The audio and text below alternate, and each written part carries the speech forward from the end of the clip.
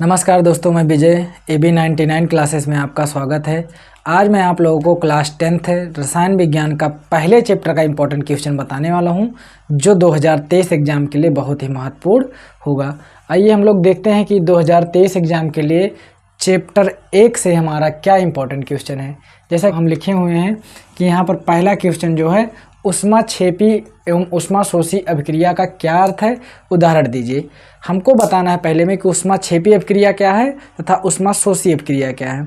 कभी कभी ये ऐसे भी क्वेश्चन पूछ लेता है कि ऊष्माक्षेपी एवं ऊष्माशोषी अभिक्रिया में क्या अंतर है। जिसमें अवशोषण होता हो ऊष्माक्षेपी कहलाता है, और जिसमें से ऊष्मा बाहर निकलता हो उसको हम लोग क्या कहते हैं, ऊष्माक्षेपी अभिक्रिया। तो इसके बारे में हमको बताना है। फिर दूसरा क्वेश्चन हमारा लिखा हुआ है, लोहे की वस्तु को हम पेंट क्यों करते हैं। जैसा कि हम लोग कोई भी वस्तु जब लोहे की लेकर आते हैं तो उसमें हम लोग पेंट कर देते हैं।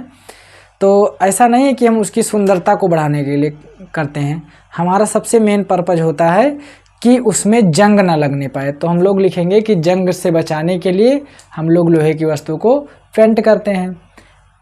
फिर उसके बाद में नेक्स्ट क्वेश्चन है, विस्थापन एवं द्विविस्थापन अभिक्रिया में क्या अंतर है, उदाहरण सहित।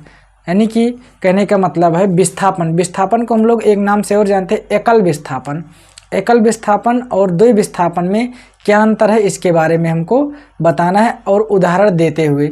एकल विस्थापन में क्या होता है, एक अणु का विस्थापन होता है, और द्विविस्थापन में क्या होता है, दो अणुओं का विस्थापन होता है।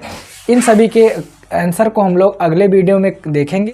फिर उसके बाद में आता है क्वेश्चन नंबर 4, यह अभिक्रिया किस प्रकार की अभिक्रिया है।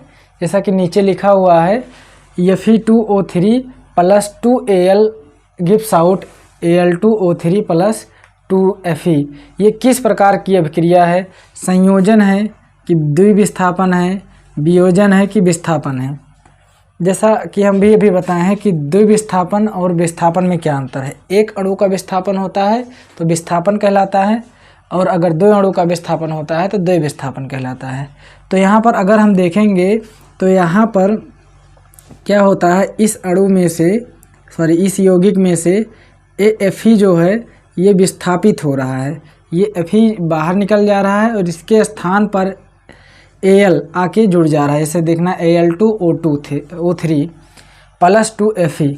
तो यहाँ पर कितने अणु का विस्थापन हो रहा है, एक हो रहा है। एक अणु के विस्थापन को हम लोग क्या कहते हैं, विस्थापन या फिर एकल विस्थापन कहते हैं। इसके बाद 5वां क्वेश्चन है हमारा, उपचयन एवं अपचयन अभिक्रिया को उदाहरण द्वारा समझाइए।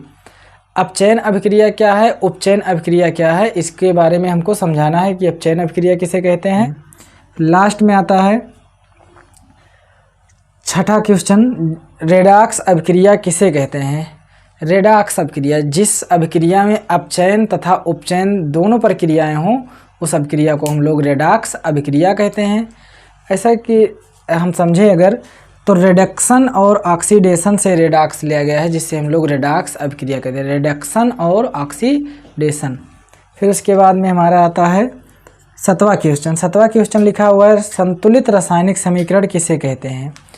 ऐसा समीकरण जिसमें अभिकारक तथा उत्पाद दोनों बराबर हों, संतुलित रासायनिक अभिक्रिया कहलाता है। जैसे कि अगर देखें तो जो भी हम अभिक्रिया करवा रहे हैं वो अभिकारक तथा उत्पाद दोनों तरफ क्या होना चाहिए, बराबर होना चाहिए। अगर ये 220 ग्राम है तो ये भी 220 ग्राम होना चाहिए। तो इसको हम लोग कहेंगे संतुलित अभिक्रिया कहेंगे। फिर उसके बाद में लास्ट में आता है, धावन सोडा का रासायनिक नाम तथा अणुसूत्र लिखिए। धावन सोडा जो हम लोग घरों में यूज करते हैं वो सोडा धावन सोडा है। तो धावन सोडा का रासायनिक नाम और अणुसूत्र क्या है, इसके बारे में हम जानेंगे। तो धावन सोडा का रासायनिक नाम है सोडियम कार्बोनेट। क्या नाम है, सोडियम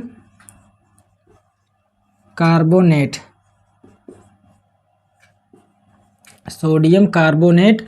और इसका रासायनिक सूत्र जो होता है वो होता है Na2CO3.10H2O।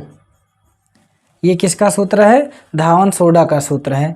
तो इसके बारे में आशा करता हूँ कि आप लोगों को ये समझ में आया होगा। और इम्पोर्टेंट क्वेश्चन ये 2023 के लिए इम्पोर्टेंट है, 2023। यदि दोस्तों आप लोगों को मेरा वीडियो पसंद आ रहा है तो वीडियो को लाइक करें, शेयर करें और सब्सक्राइब करें और अपने दोस्तों के साथ भी शेयर करें ताकि आपके दोस्तों का भी मदद हो सके। धन्यवाद। फिर मिलेंगे अगले लेक्चर में।